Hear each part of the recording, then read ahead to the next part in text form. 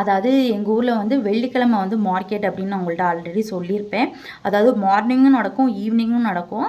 ஆனால் மார்னிங் நடக்கிறது சின்ன லெவலில் நடக்கும், ஈவினிங் நடக்கிறது கொஞ்சம் பெரிய லெவலில் நடக்கும் அப்படின்னு சொல்லிட்டு உங்களுக்கு வீடியோ ஷேர் பண்ணியிருப்பேன் இல்லையா? ஸோ அதே மாதிரி இன்றைக்கி வெள்ளிக்கிழமை மார்னிங் மார்க்கெட்டுக்கு தான் வந்திருக்கேன். அதாவது இன்றைக்கி எங்கள் குட்டி தங்கத்தையும் வந்து கூப்பிட்டு வந்திருக்கோம். இதுதான் இதில் வந்து ஸ்பெஷல். ஏன்னா இந்த குழந்தைங்கள்லாம் இந்த சந்தைக்கெல்லாம் கூப்பிட்டு வந்தால் அங்கிட்டும் இங்கிட்டும் வேடிக்கை பார்த்துட்டு அவங்களோட பேச்சு திறமைகள் வளரும் அப்படின்னு சொல்லிட்டு நம்ம முன்னோர்கள் சொல்லியிருக்காங்க இல்லையா? சேம் அதே கான்செப்டை தான் வந்து பார்த்துட்டிங்கன்னா நாங்கள் ஃபாலோ பண்ணியிருக்கோம். ஸோ அவனை கூட்டிகிட்டு வந்தோடனே அவன் நல்லா வேடிக்கை பார்த்தான். ஆனால் பேசலாம், நான் வேடிக்கை பார்த்தான்.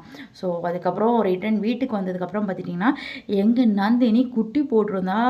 ஸோ ஒரே ஒரு குட்டி தான் போட்டிருந்தா. இப்போ தான் ஃபர்ஸ்ட் டைம் வந்து போட்டிருக்காளா. அவளுக்கு பால் கொடுக்க தெரியல. ஸோ அதனால் நான் தான் பில்லர் வச்சு பால் போட்டு விட்டு அப்புறம் கொஞ்சம் வெளியில் போகிற ஒர்க் இருந்தது. ஸோ அப்படியே வந்து பார்த்துட்டிங்கன்னா கிளம்பிட்டேன். போகிற வழிலாம் அழகாக இருந்ததா. ஸோ அதையும் அப்படியே கேப்சர் பண்ணிக்கிட்டு அப்புறம் நாங்கள் இன்றைக்கி எங்கே போகிறோன்னு சொல்லி பார்த்துட்டிங்கன்னா உங்களுடன் ஸ்டாலின் வந்து பார்த்துட்டிங்கன்னா எங்களோட பஞ்சாயத்துக்கு வந்து கண்டக்ட் பண்ணியிருந்தாங்க. ஸோ எங்கள் வீட்டு விஷயமாக கொஞ்சம் மனு கொடுக்கணும் அப்படிங்கிறதுக்காக அங்கே போயிருந்தேன். ஸோ மனு கொடுத்துட்டு கொஞ்சம் ஒரு சில நிமிஷங்களே ஒர்க்கு முடிஞ்சிருச்சு. ஸோ அப்புறம் ரிட்டன் வந்து எங்கள் நந்தினிகிட்ட வந்து இந்த குட்டி தங்கத்தை பால் குடிக்க வச்சுட்டேன். Machine success.